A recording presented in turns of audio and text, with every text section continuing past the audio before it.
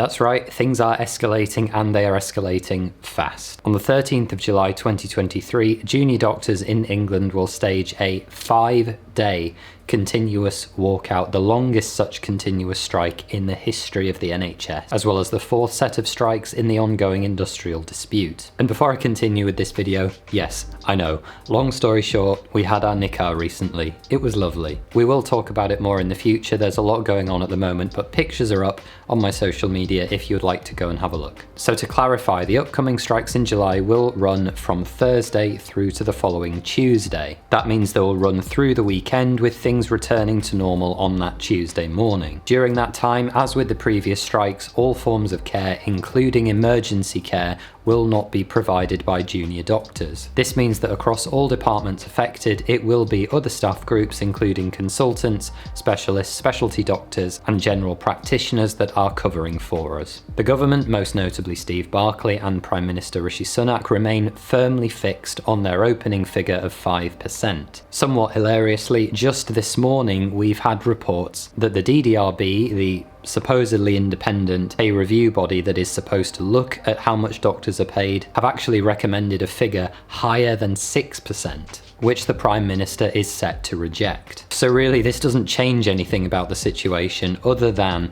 the government have previously been saying that they have accepted the considerations and recommendations of the independent pay review bodies. Now they will no longer be able to make that claim as they are rejecting the recommendations made by the independent pay review body. And despite all of this, it's slightly disheartening to see senior figures in the NHS still trying to both sides this debate here and place both groups equally at fault. I've included one such tweet now that you'll see on screen from Sir Julian Hartley, who is the chief executive of NHS providers. What people like Sir Julian, for whatever reason, seem unable to either understand or remember is that the BMA actually called for independent arbitration back in April via ACAS. Meanwhile, the government has refused to negotiate any further as long as strikes continue to go on, which they are scheduled to do every single month for a minimum of 3 days. Basically, everything is continuing to get slowly worse, including as we prepare for a possible consultant strike, which would take place just 2 days after the junior doctor strike terminates. So just to bring you all up to speed and reiterate the positions here, we are now in a position where